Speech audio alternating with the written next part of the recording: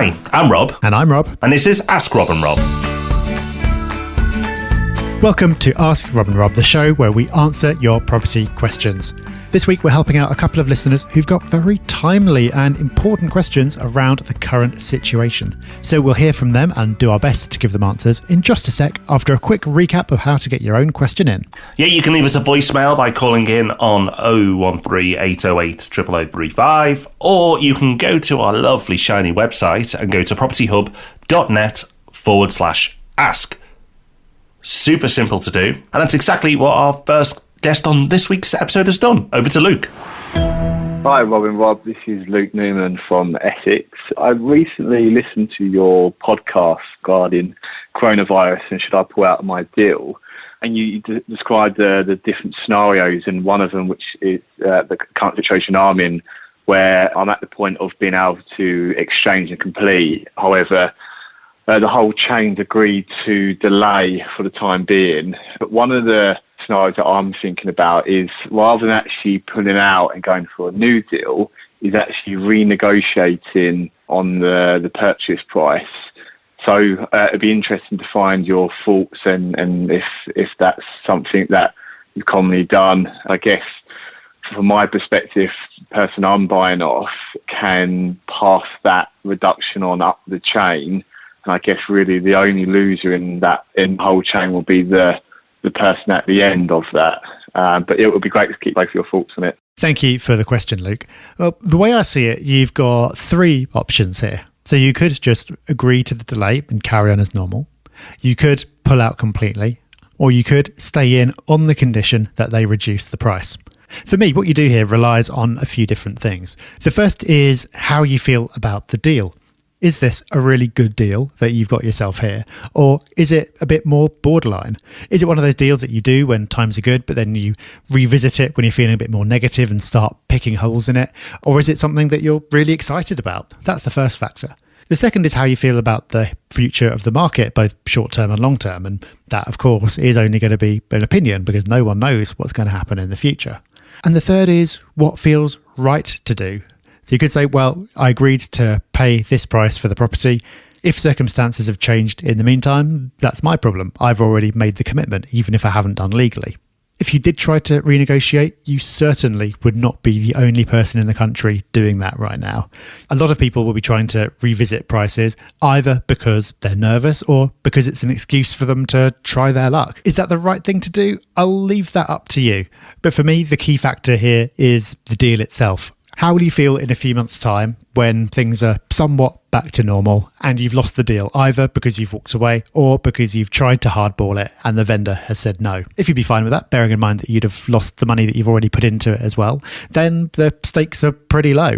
But if you think, actually, I'll probably regret not going ahead with that, then just stay in. Accept the delay. It's not costing you anything. Your mortgage offer can be extended. You haven't got a property empty costing you money, and just complete on the deal when life gets back to normal. Our next question is very timely as well, and it's in from Roosbay. Hi, Rob and Rob. This is Roosbay. Thank you very much for your amazing program. I have been listening to it for a few years now, and extremely useful and very easy to listen to. Thank you. My question is about remortgaging. So I have a property at the moment which is up for remortgaging. It's a buy-to-let. And initially I was going to go for a 2-year fixed because I wanted to be in a position where I can reassess my options 2 years down the line. I have 2 other properties, buy-to-let, I've fixed for 5 years, just before the coronavirus situation. So now with this coronavirus, I still have the option to change this to a 5-year because it completes 1st of May. So I just want to see if you think that would be a good idea, because now I'm concerned that the prices would go down in 2 years' time, and that might be problematic for me if I want to remortgage at that time or if I want to sell it. So I'd appreciate your thoughts on that. Do you think going to a 5-year fix would protect me better? And of course, it would limit my options at the time if I want to sell it and take my investment out. Appreciate your thoughts. Thank you. Thank you for your question. I'm sure there are other investors out there who may not be in the exact same position, but could find themselves in a similar position. I'll start big picture here, and then I'll move into something a little bit more tactical for you. But The view you should take on this should be determined by your view on the property market. So, if you believe in the next couple of years there's a bit of volatility, property prices may be a bit lower than where they are today, then it's obvious, go for the 5-year fix. But if you are generally confident about the property market, then stick with your 2-year product. Now, that's easy to say, and maybe the reason for you asking the question is you want to know our thoughts on where the market will be. Well, if you're asking me, then I actually believe the market will probably be in a stronger position in 2 years' time. That said, Roosbay, if I'm wrong, please don't come to me to make up the shortfall. But the good news is, if I'm right, I won't chase you for the profits. Now let's get into the tactical aspect of this question. Because right now, as we record this podcast, the mortgage market is in an interesting place. It was a lot worse a few weeks ago, and products are coming back online. But is there a full range of products? No. So by looking at the mortgage market right now, you may find that the products available to you less attractive than the product that you've already arranged and agreed on. It's not a certainty, but it's worth checking before you make any big decisions. Now, you may think, well, rates are lower. We're at 0.1% interest rate with the Bank of England, and that's right. And mortgage products will reflect that in the coming months, but they aren't yet. So just because interest rates are low, the benefit of that hasn't been passed on to the new mortgage products yet.